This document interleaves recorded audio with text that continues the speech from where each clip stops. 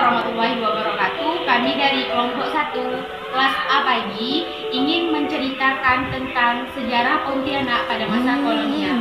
Berikut adalah cerita singkat.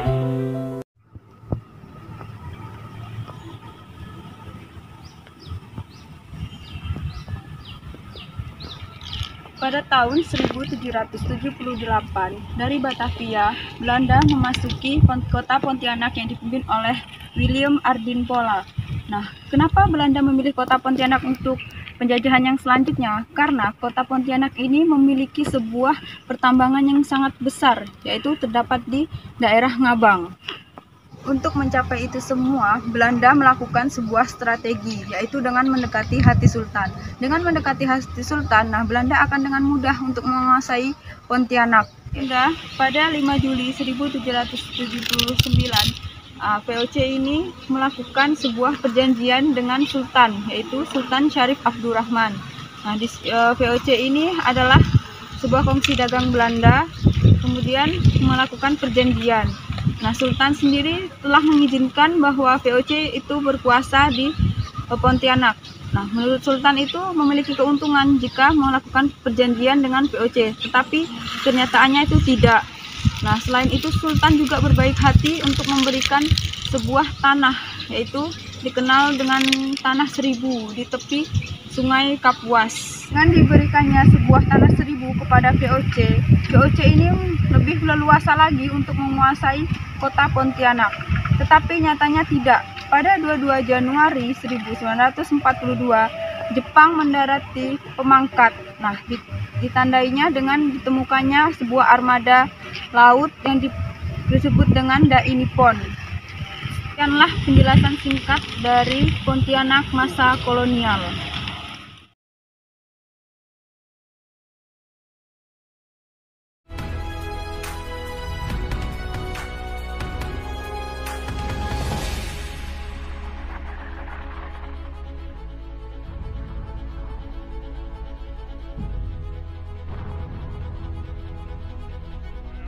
The goggles do nothing.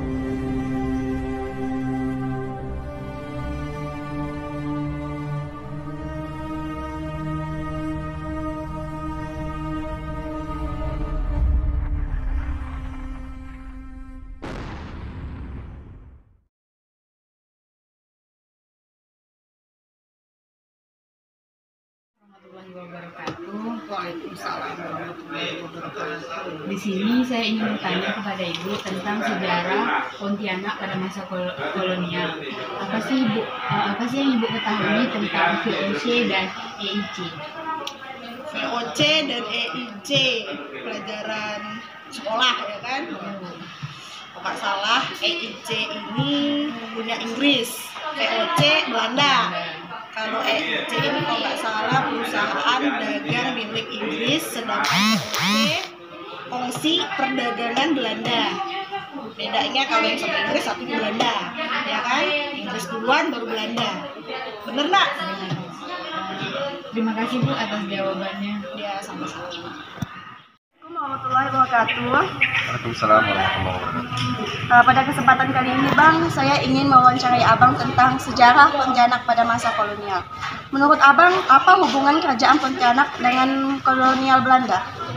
Jadi pada masa VOC itu hubungan Belanda dengan Kesultanan Pontianak itu ialah perdagangan monopoli, yang dimana Belanda pada masa itu ingin menguasai perdagangan monopoli itu sendiri, dikarenakan kesultanan ataupun letak Pontianak itu sendiri sangat strategis untuk membangkitkan perekonomian mereka di bidang monopoli mereka untuk perkembangan bagi mereka sendiri, menambah kekayaan untuk Belanda itu sendiri.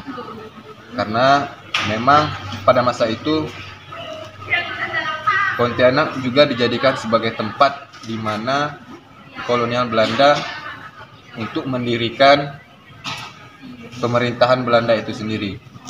Nah, oleh sebab itu Pontianak itu sendiri juga akan ingin dijadikan pihak Belanda itu sebagai tempat perdagangan monopoli mereka. Itu tujuan mereka ke Pontianak itu sendiri. Ya, seperti itu. Baik, terima kasih Bang atas jawabannya. Ya, sama-sama. Assalamualaikum warahmatullahi wabarakatuh. Waalaikumsalam warahmatullahi wabarakatuh. Saya ingin bertanya kepada Abang tentang sejarah Pontianak pada masa kolonial. Menurut Abang, apa sih sejarah lokal itu? Terus di mana letak kerajaan Pontianak? Jadi sejarah lokal itu merupakan suatu ruang lingkup yang ada batasannya, yaitu batasnya itu di daerah atau desa. Itu yang dikatakan sebagai sejarah lokal. Sejarah lokal itu mencakup suatu desa atau daerah dan tidak secara nasional. Jadi mencakup desa ya, mengangkat daerah. Terus tuh dua di mana letak kerajaan Pontianak. Nah, kerajaan Pontianak itu bernama Kerajaan Istana Al-Qadri. Itu terletak di Kalimantan Barat, tepatnya kota Pontianak di Jalan Tanjung Raya 1. Yang kedua adalah siapa nama-nama raja kerajaan Pontianak, dan pada masa itu siapa sih raja yang terkenal, Bang? Oh, jadi nama-nama raja kerajaan Pontianak itu Istana Al-Qadriya yang pertama, yaitu pendirinya, selaku pendirinya juga adalah Sultan Syarif Abdurrahman Al-Qadri. Terus dilanjutkan dengan Sultan Syarif Qasim Al-Qadri, terus Sultan Syarif Hamid Al-Qadri, terus Sultan Syarif Yusuf Al-Qadri, terus ada Sultan Syarif Muhammad Al-Qadri, terus Sultan Syarif Toha Al-Qadri, dengan Sultan yang terakhir adalah Sultan Syarif Hamid II Al-Qadri, dan sekarang yang menjabat ini sekarang ini Sultan Syarif Mevin Al-Qadri. Jadi itu selanjutnya pertanyaan yang terkenal yang nama raja yang terkenal itu kan, yaitu selaku pendirinya juga, yaitu Sultan Syarif Abdurrahman Al-Qadri, dan sampai sekarang pun terkenal dengan GOR-nya kan, GOR SSA, Stadion Sultan Syarif Al-Qadri. Jadi itu kenapa Sultan Syarif Al-Qadri terkenal? Karena sebelum dia menjabat tuh banyak dari berbagai macam suku di Pontianak itu ingin menunjuknya secara langsung menjadi Sultan Pontianak pada saat itu, termasuk dari suku Dayak, Madura, dan Bugis. Informasi ini saya dapat dari Pak Lang. Pak Lang tuh merupakan narasumber yang ada di Kerajaan Istana Qadriyah. Dia bilang begitu.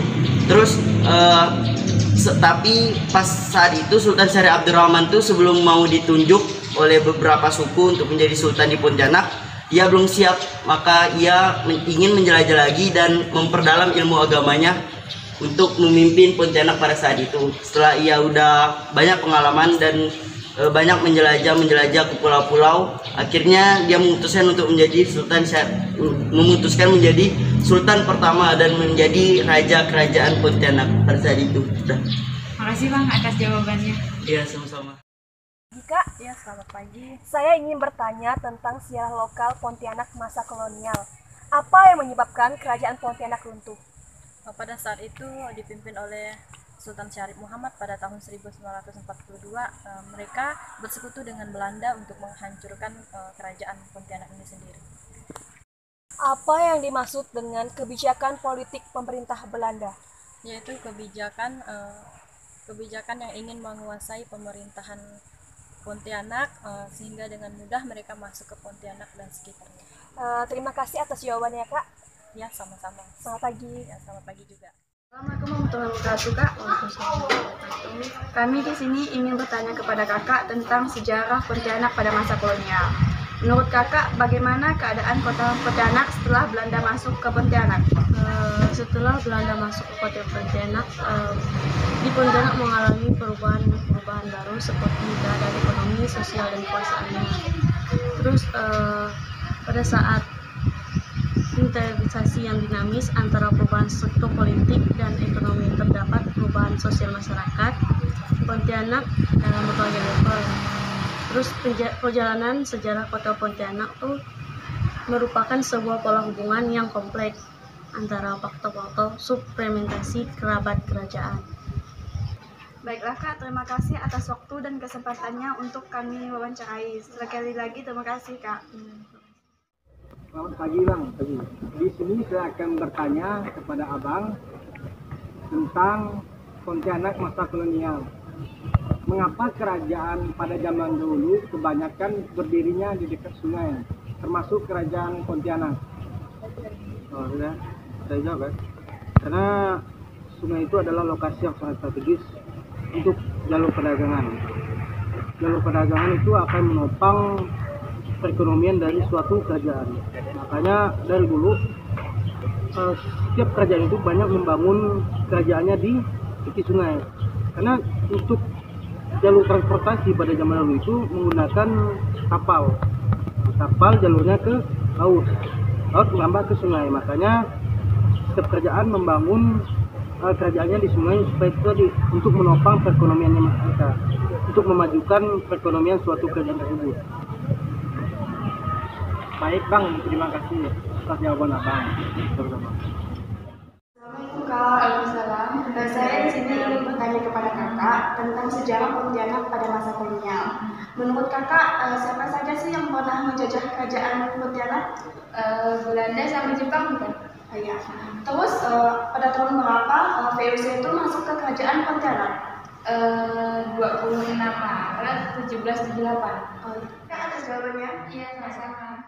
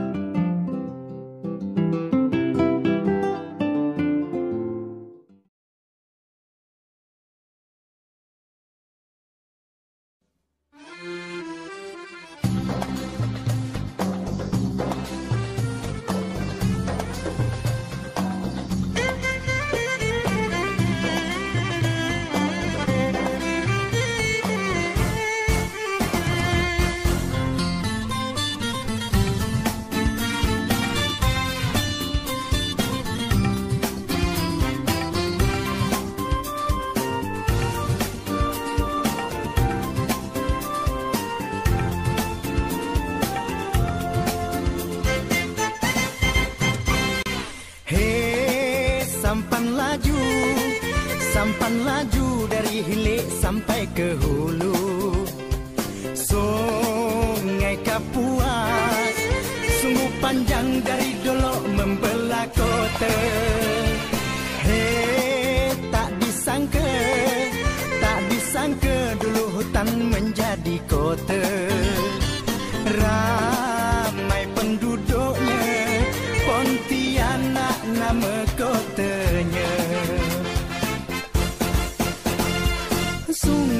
tak puas punya cerita bila kita minum airnya, biarpun pergi jauh ke mana, sungguh susah nak ngelupakannya. Hei, Kapuas. Hei, Kapuas.